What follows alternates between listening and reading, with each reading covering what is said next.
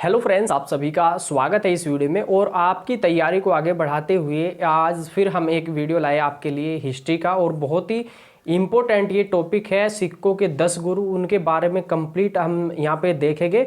और मैं आशा करता हूँ कि आपको जैसे ही आपका ये वीडियो आप देखोगे, टॉपिक कंप्लीट हो जाएगा, तो आपका कोई भी क्वेश्चन नहीं बचेगा आपके एग्जाम में आ सकता है। तो इसको पूरा देखना है, अच्छे से देखना है, ध्यान से इसको। और आपके कोई भी एग्जाम हो बीएड के अलावा, उसमें भी आपको ये बहुत ही ज़्यादा आपको हेल्प करेगा। इसके अलावा कोई भी क्वेश्चन नहीं बनेगा इसमें, ठीक है। अच्छे से देखना है इसको और अपना नोट्स बनाते रहना है इसमें। देखिए, सिक्कों के 10 गुरु हुए, उसमें क्रम भी पूछ लिया जाता है कभी कभी, सबसे पहले गुरु, सबसे अंतिम गुरु, और बीच में भी दे सकते हैं कि बीच में कौन आए। इस तरीके से क्रम लगाने का क्वेश्चन आ सकता है। इसको हम बाद में करेंगे इस क्रम को। तो सबसे पहले यहाँ देख लेते हैं सिक्कों के सर्वप्रथम या पहले गुरु कौन थे। तो सिक्कों के सर्वप्रथम या पहले गुरु थे गुरु नानक देव जी। इन्होंने सिख धर्म की स्थापना की, है ना। इसमें सिख धर्म की स्थापना की और 5 बार मक्का की यात्रा की इन्होंने। और इन्होंने 5 बार मक्का की यात्रा की, यानी कि जहाँ पे हज करने जाते हैं वहाँ पे 5 बार ये गए। इसी के साथ साथ इन्होंने बोला कि ना कोई हिंदू ना कोई मुसलमान, ठीक है। तो ये बहुत अच्छा इन्होंने बोला है कि ना कोई हिंदू ना कोई मुसलमान। इसी के साथ साथ इन्होंने लंगर या सामूहिक भोज की शुरुआत की। देखा होगा आपने कि अमृतसर जैसे आप जाते हैं मंदिर में, तो वहाँ पे जो भोजन दिया जाता है, तो उसकी शुरुआत किसने की थी? गुरु नानक देव जी ने ही की थी। ये किसके समकालीन थे? अगर आपसे पूछ ले जाए कि इनका जो समय था, उस समय यहाँ पे कौन मुगल शासक थे, क्योंकि उस समय ये थे अलग अलग, जैसे बाबर, हुमायूं, अकबर, ये अलग अलग इनके साथ वार्ता हुई इनकी। तो गुरु नानक देव जी थे उस समय, किसके समय थे ये थे बाबर और हुमायूं के समय थे, या समकालीन थे, समकालीन उसी समय थे। और ये बाबा फरीद के पद चिन्ह जो थे उन पे ये चले बहुत, ये आगे तक इन्होंने, और इनसे भी काफ़ी जो है इनको सीखने को मिला बाबा फरीद से, जो सूफी संत थे ये बाबा फरीद। इसके बाद यहाँ पे आगे, तो इनके बारे में यही पॉइंट इंपॉर्टेंट था। सिख धर्म की स्थापना की और सिखों के पहले गुरु थे, 5 बार मक्का की यात्रा की, और इन्होंने बताया कि ना कोई हिंदू ना कोई मुसलमान। और लंगर व्यवस्था को जो था इसमें इन्होंने शुरू किया इसमें। इसके बाद यहाँ पे आगे जो है दूसरे गुरु कौन है? तो ये है गुरु अंगद। और इनके बारे में देखो, गुरुमुखी लिपि के जनक कौन है? तो गुरु अंगद है, ठीक है। और लंगर व्यवस्था जो इन्होंने शुरू की थी गुरु नानक देव जी ने, इन्होंने क्या किया? अंगद जी ने इसको नियमित कर दिया, लगातार इसको किया। अब यहाँ पे आपसे पूछा जाए, देखो आपसे कभी कभी याद नहीं होता होगा, कोई फैक्ट आप भूल जाते, तो कैसे लिंक करो उसको? गुरु अंगद है ना, अंगद 11 ना, इसमें देखो यहाँ से कैसे हो जाएगा गुरुमुखी लिपि के जनक। तो आप नहीं बोलोगे कि गुरुमुखी लिपि के जनक कौन है, तो गुरु अंगद 11 ना इसमें, तो आराम से इसमें हो जाएगा। इसके बाद यहाँ पे आगे है, यहाँ पे आगे तीसरे गुरु कौन है? ये है अमरदास जी, है ना इसमें। तो गुरु प्रसार हेतु 22 गद्यों का इन्होंने निर्माण किया। किसने किया 22 गद्यों का निर्माण? वो किया अमरदास ने। और ये किसके समकालीन थे? ये थे अकबर के समकालीन। अब देखो यहाँ से आपसे क्वेश्चन पूछा जाए कि 22 गद्यों का निर्माण किया, किस लिए किया होगा? क्योंकि एक आप कैसे लिंक कर सकते हैं, अमर हो गया, यानी कि अमर करना चाहते हैं कि एक ही जो गुरु है वो 22 गद्यों का, जो एक तरीके से कह सकते हैं कि एक गद्दी का 2 साल, मान लीजिए कि 2 साल तक उन्होंने गुरु ने मतलब रहे, तो 22 के लिए क्या सोच रहे हो? 22 रहेगा तो बहुत सारा समय, बहुत सारा समय, इसका मतलब क्या हो जाएगा? वो अमर करना सोच रहे हैं गुरु, है ना। तो अमरदास ने क्या किया? 22 गद्यों का निर्माण, अमर कर दिया उनको, ठीक है। इसके बाद यहाँ पे आगे गुरु रामदास ने अमृतसर के संस्थापक है। अमृतसर के संस्थापक कौन है? तो यह है रामदास। अब देखो राम है, राम नाम कैसा है? अमृत जैसा होता है। तो अमृतसर के संस्थापक हो गए गुरु रामदास। राम नाम कैसा होता है? अमृत के समान होता है राम नाम। इसके बाद यहाँ पे आगे गुरु अर्जुन देव, इन्होंने आदि ग्रंथ, बहुत ही इंपॉर्टेंट है, देखो ये जो आदि ग्रंथ है, इसको गुरु ग्रंथ साहिब भी इसको बोला जाता है। और ये ऐसा ग्रंथ है जिसमें जो बहुत सारे गुरु हुए, इन्होंने अपने विचार इसमें लिखे, कह सकते हैं। और इसके अलावा भी 20-30 ऐसे महान व्यक्ति हुए, जैसे संत रैदास है और आपके बाबा फरीद है, उन्होंने भी इसमें अपना जो है रचनाओं के द्वारा इसमें अपनी बातें लिखी इसमें। तो ये बहुत ही इंपॉर्टेंट है। आदि ग्रंथ, ठीक है, ऐसे अर्जुन हो जाएगा, ऐसे हो जाएगा आपका आदि ग्रंथ, है ना। या गुरु ग्रंथ का इन्होंने साहिब का संकलन किया। और देखो यहाँ पे अमृतसर के में जो है हर मंदिर यानी कि स्वर्ण मंदिर का इन्होंने निर्माण किया, ठीक है, अर्जुन ने। और इसी के साथ साथ जहांगीर द्वारा इनको फांसी दी गई और ऐसा माना जाता है कि इसमें जल में डुबाकर इनको मारा गया था गुरु अर्जुन देव को। अब यहाँ पे आपके ये जो है लिंक कैसे कर सकते हैं, अर्जुन हो गया, है ना, इसमें तो यहाँ पे देखो ऐसे लिंक कर लेना आप इसको, ऐसे अर्जुन हो जाएगा, ऐसे आदि ग्रंथ हो जाएगा। इसके बाद यहाँ पे आपके स्वर्ण मंदिर का निर्माण किसने किया, तो ये किया था इन्होंने गुरु अर्जुन देव ने। रे ले लो ऊपर से, रे उठाओ इसमें और रे यहाँ पे आप लिंक कर दो, ये भी हो गया इसमें।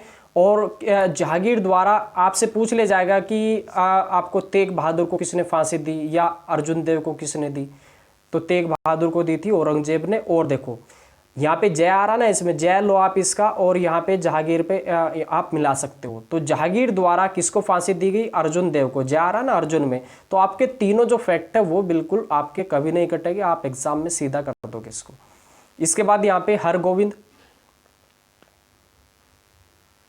इसके बाद देखो यहाँ पे जो गुरु हरगोविंद है, इन्होंने अकाल तख्त की स्थापना की और सिखों को देखो लड़ाकू जाति में बदल दिया था इन्होंने, क्योंकि बहुत ही पावरफुल थे, शक्तिशाली थे, है ना। इन्होंने काफ़ी बार जो है एक तरीके से कह सकते हैं मुगलों से इन्होंने मतलब लड़ाइयाँ इनकी हुई, तो ये बहुत ही ताकतवर थे और इन्होंने सिखों को लड़ाकू जाति में बदल दिया था। इसके बाद यहाँ पे आगे गुरु हर राय, इन्होंने मुगलों के जो है मुगलों के युद्ध में भाग लिया और अपने पुत्र राम राय को मुगल के दरबार में भेजा, है ना इसमें। तो मुगलों के युद्ध, अब युद्ध से क्या करोगे आप लिंक इसमें, तो हारा, यानी कि मुगलों के साथ इन्होंने युद्ध किए तो उसमें हार गया। हर राय यानी कि मुगलों के युद्ध में इन्होंने भाग लिया और उसके बाद अपने पुत्र राम राय को मुगल दरबार में भेज दिया था। इसके बाद यहाँ पे आगे गुरु हरि किशन है, इनकी अल्प आयु में ही मृत्यु हो गई थी, यानी कि बहुत ही कम समय के लिए गुरु रहे और कह सकते हैं आप जवानी में ही ये जो है इनकी मृत्यु होगी। अल्प आयु, है ना। आप इसको कैसे कर सकते हैं, आप से पूछा जाए कि सिखों के 10 गुरु में सबसे अल्प आयु में किसकी मृत्यु हुई, तो मृत्यु हुई तो ये हरि को जो है कह सकते हैं कि हरि को प्यारे हो गए, है ना। हरि को कौन प्यारे हो गए इसमें, तो ये हरि किशन, ऐसे कर लेना इसको। इसके बाद गुरु तेग बहादुर, औरंगजेब द्वारा इनको फांसी दी गई। गुरु तेग बहादुर को कैसे कर सकते हैं, औरंगजेब, बै आ रहा है ना इसमें, बै का इसमें आप मिलान कर दीजिए, बहादुर ये हो जाएगा औरंगजेब द्वारा। अगर आपसे पूछा जाए अर्जुन देव, देखो यहाँ पे अर्जुन देव, तो किस मुगल शासक के द्वारा इनको फांसी दी गई, तो इनको दी गई थी जहांगीर के द्वारा। देखो यहाँ पे जहांगीर है तो अर्जुन में जय आ रहा ना, इसका ये मिला दो, और औरंगजेब में बै आ रहा तो तेग बहादुर में बै मिला दो, ऐसे आपका हो जाएगा इसमें। और इसके बाद सिखों के अंतिम गुरु कौन थे, तो सिखों के जो अंतिम गुरु थे ये थे गुरु गोविंद सिंह, और इन्होंने खालसा पंथ की स्थापना की थी, खालसा पंथ की स्थापना। और धर्म प्रचार के लिए पाहुल का इन्होंने प्रवर्तन किया, है ना। इनका जो जन्म हुआ था वो हुआ था पटना में। तो खालसा पंथ की स्थापना किसने की, सिखों के अंतिम गुरु ने। और सिखों के प्रथम गुरु कौन थे, गुरु नानक देव, है ना इसमें। इसके बाद यहाँ पे गुरु नानक देव जी के बारे में कुछ थोड़ा सा देख लीजिए, यहाँ पे भी आता है इनके बारे में। सन इनका जो है देखिए जन्म मृत्यु का मैं बाद में करा दूंगा आपका, ये देख लीजिए पहले। इनका जो जन्म हुआ था वो ननकाना तलवंडी, पाकिस्तान के ननकाना तलवंडी में इनका जन्म हुआ था, है ना। आपको ननकाना भी देखने को मिल सकता है और आपको तलवंडी भी, ठीक है इसमें। और इनकी जो मृत्यु हुई वो हुई थी करतारपुर में, ननकाना करतारपुर, ऐसे याद कर लेना इसमें। इनके पिता का नाम था कालू और इनकी माता जी का जो नाम था वो था तृप्ति देवी। इनकी जो पत्नी थी वो थी सुलक्षणी, है ना इसमें। और इसके बाद यहाँ पे आगे इनके पुत्र कौन थे, पुत्र थे इनके श्रीचंद और लक्ष्मीचंद, है ना, 2 पुत्र थे श्रीचंद और लक्ष्मीचंद। इसके बाद इनका दार्शनिक मत क्या था, एकेश्वरवाद, यानी कि कह सकते हो आप इनका, यानी कि एक है, हिंदू आपका अल्लाह ईश्वर एक है। तभी इन्होंने कहा था कि ना कोई हिंदू ना कोई मुसलमान, और इस भ्रांति को दूर करने के लिए ये क्या करेंगे, वहाँ पे मक्का में गए और 5 बार इन्होंने यात्रा की। आपसे पूछ लिया जाएगा कि 5 बार किस गुरु ने जो है मक्का की यात्रा पर गए, तो सिखों के पहले गुरु है ना, गुरु नानक देव जी। इसके बाद इनके बारे में थोड़ा सा कार्य, तो इन्होंने दौलत खां के यहाँ जो है दौलत खां लोधी के पास इन्होंने नौकरी की और सती प्रथा का इन्होंने विरोध भी किया है। देखो इसमें सती प्रथा का जो इतिहास है वो बहुत पुराना है, पहले से ही आपका देखने को मिला है। गुप्त काल से इसके प्रथम प्रमाण मिलते हैं और आगे चल के जैसे आगे आगे हर एक कहीं तो काल में इसका विरोध हुआ, कहीं पे इसको लागू किया गया, कहीं पे इसको हटाया गया। अंत में आके इसका जो ये खत्म किया गया था वो किया गया था सती प्रथा का अंत 1829 में राजा राम मोहन राय और विलियम बेंटिक के द्वारा। मुगलों के समय भी थी सती प्रथा। इसके बाद यहाँ पे परमात्मा के लिए इन्होंने हरि राम अल्लाह खुदा नामों का इन्होंने प्रयोग किया और इन्होंने इसका प्रचार करने के लिए श्रीलंका और मक्का मदीना की यात्रा भी इन्होंने की थी। इसके बाद यहाँ पे ये रचना है, देखो गुरु ग्रंथ साहिब या आदि ग्रंथ। ये जो रचना है ना, देखो ये किसी पर्टिकुलर एक की नहीं है, इसमें लगभग 30 से भी ज़्यादा व्यक्तियों ने इसमें अपने विचार लिखे हैं। और देखो ये जो पर्टिकुलर है, अगर आपसे पूछा जाए कि आदि ग्रंथ की रचना किसने की, तो सिखों के 5वें गुरु कौन थे, तो ये थे अर्जुन देव, है ना। अगर आपसे ऑप्शन देके पूछा जाए किसकी ये रचना है या ये किसके द्वारा लिखी गई गुरु ग्रंथ साहिब या आदि ग्रंथ, तो सिखों के 5वें गुरु अर्जुन देव।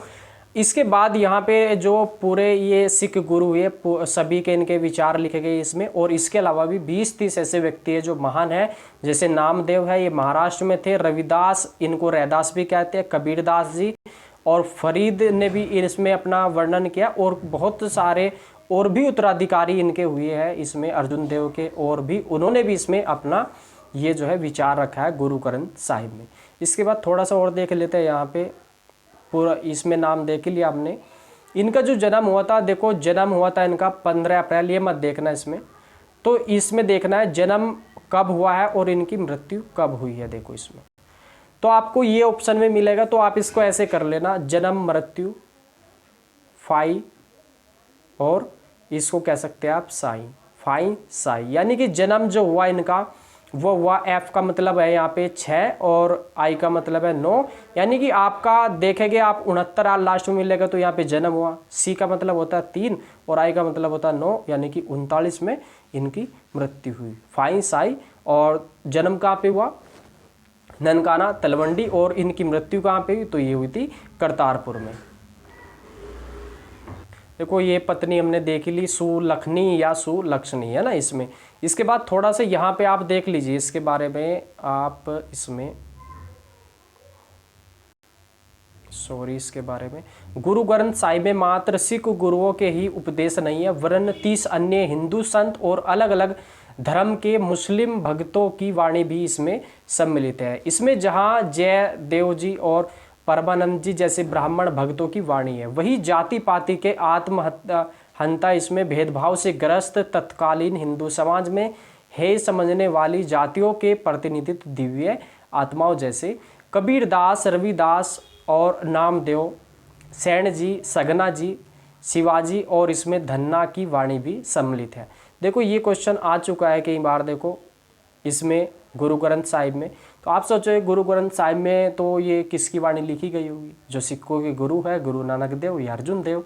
लेकिन आपको ये भी देखने को मिल सकता है, देखो कबीरदास, रैदास यानी कि रविदास और नामदेव, है ना इसमें। इसके बाद यहाँ पे आगे इसमें 5 वक्त नमाज पढ़ने में विश्वास रखने वाले शेख फरीद के श्लोक भी श्री इसमें गुरु ग्रंथ साहिब में दर्ज है। अपनी भाषाई अभिव्यक्ति और दार्शनिकता संदेश की दृष्टि से गुरु ग्रंथ साहिब अद्वितीय है। इसकी भाषा की सरलता, सुबोधता, सटीकता जहाँ जनमानस को आकर्षित करती है, वहीं संगीत के सुरों व 31 रागों के प्रयोग ने आत्मविषयक गुण आध्यात्मिक उपदेशों को भी मधुर व सारग्राही बना दिया, है ना इसमें। तो ये कंप्लीट था। देखो ये लगभग कंप्लीट हो चुका है आपका टॉपिक। एक बार ये ट्रिक और देख लेते हैं, आपके सिक्कों के 10 गुरु, अगर आप इसके अलावा भी करना चाहते हैं। देखो लिंक करके इसमें आप कर लेना इसको और लिख लेना हर एक इसमें, है ना, जो पॉइंट है पूरा लिंक करके मैंने बता दिया इसमें आपको। सिक्कों के 10 गुरु, है ना इसमें। अब यहाँ पे आपका हो गया, देखो थोड़ा सा ये ब्लर हो सकता है लेकिन साफ दिखाई देगा आपको। आपको पता है सिक्कों के पहले गुरु थे, देखो नानक देव जी, और अंत के कौन है, या 10वें गुरु या अंतिम गुरु, गुरु गोविंद सिंह, है ना। ये तो है इसमें। इसके बाद आपको बाकी 8 करना है, कैसे करने हैं आपको, है ना इसमें। तो इसमें आप नाना जी, आपको पता है कि नानक जी पहले थे, तो नाना नाना आ की आवाज़ इसमें आई है, तो ये हो जाएगा इसमें ऐसे, कौन सा हो जाएगा यहाँ पे, ऐसे दूसरे हो जाएगा इसमें गुरु अंगद, है ना इसमें। और ऐसे खत्म हुआ तो ऐसे ही दूसरा स्टार्ट हो गया अमर, है ना। नाना जी क्या हुए, अमर हो गए, और अमर, है ना, तीसरे कौन हुए, अमरदास जी, और चौथे अमर, अमर का रह ले लिया हमने, चौथे हो गए बिना पूछे रामदास जी, है ना इसमें। तो हमारे 4 तो याद हो चुके हैं, नाना अमर, है ना, ऐसे ले लिया हमने, नाना क्या हुए, अमर हो गए, इसके बाद चौथे रामदास हो गए, और इसके ये तो हमारा हो ही रहा है। तो अब बीच में कर लेना आपको इसमें, अर्जुन हरगो हर किसन ते, अर्जुन हरगो हर किसन ते, आपको ये याद रखना बस इसमें। और एक पहली लाइन नाना अमर, है ना इसमें। तो इसमें अर्जुन हरगो हर किसन ते, इसका क्या मतलब है, अर्जुन का अर्जुन देव हो जाएगा यहाँ पे, अर्जुन हरगो हरगोविंद हो जाएगा, हर का मतलब हो जाएगा हर राय, है ना इसमें, हर किसन, तो ये हर और ये लास्ट में आ रहा किसन, और ते से हो जाएगा तेग बहादुर। तो मुझे आशा है कि आपके ये ट्रिक भी आपकी याद हो गई होगी, देखो ठीक है इसमें। और तो जो बाकी आपका कोई भी अगर आपके डाउट्स है इस टॉपिक से रिलेटेड, इसमें सिक्कों के 10 गुरु से रिलेटेड, तो आप मुझे बताना इसमें। और ये जो PDF होगा ये टेलीग्राम से आप डाउनलोड कर लेना इसमें, ठीक है इसमें। और देखो लास्ट में आपको पता है कि जो लॉकडाउन की जो स्थिति है वो कब तक रहेगी, आपकी 3 मई तक तो फिक्स है, यानी कि 3 मई तक तो आपके स्कूल और कॉलेज बंद रहेंगे। उसके बाद अगर ये हटता है ना तुरंत, तो आपका 8-10 दिन के अंदर ही आपका जो है एग्ज़ाम करा लिया जाएगा। यूनिवर्सिटी ने अभी अपना अलग अलग यूनिवर्सिटी ने न्यूज़ में दिया भी था कि जो उनके सेमेस्टर वाइज है और वार्षिक उनकी परीक्षा होगी वो कंप्लीट करा ली जाएगी। तो इसी बीच में आपका भी एग्ज़ाम करा ले जाएगा। आप ये मत सोचना कि जून तक ये जाने वाला है। तो जून का क्या मतलब है, वो अलग यूनिवर्सिटी थी, राजश्री टंडन यूनिवर्सिटी अलग है, ये यूपी बीएड का इंट्रेंस जो लखनऊ यूनिवर्सिटी के द्वारा कराया जा रहा है ये अलग है उसमें। तो आप अपनी तैयारी को जारी रखें। मान लीजिए अगर आपका मई के बाद आपको 8-10 दिन मिलते हैं, क्या आप 8 से 10 दिन में पूरी तैयारी कर लोगे? नहीं होगी। तो अभी अपनी तैयारी को जो है रेगुलर आप करते रहिए, उसमें अच्छा करना है। तो आपके पास समय है अभी पूरा, आपका ये मान लीजिए 15 दिन तो इस महीने के आपके पास, उसके बाद 15 हो गए, और उसके बाद आपको 8 से 10 दिन और मिल जाएंगे। तो आपके पास 1 महीना है अभी, अच्छे से आप इसको निकाल सकते हैं आप एग्ज़ाम को, इसको, है ना इसमें। तो करते रहना।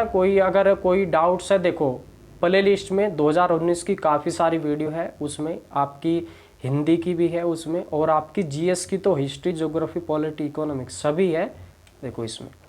और मैं आशा करता हूँ कि जल्दी आपके लिए और भी वीडियो जल्द से जल्द लाऊं। और जिसको याद नहीं होता वो लिंक करके पढ़ा करो, उसमें तो बहुत ईजी है, कुछ नहीं है। आपका GK का जो पोर्शन है ना, केवल आपको एक बार लिखना है और बस उसको एक बार पढ़ना है लिंक करके, सब आपका याद हो जाएगा इसमें।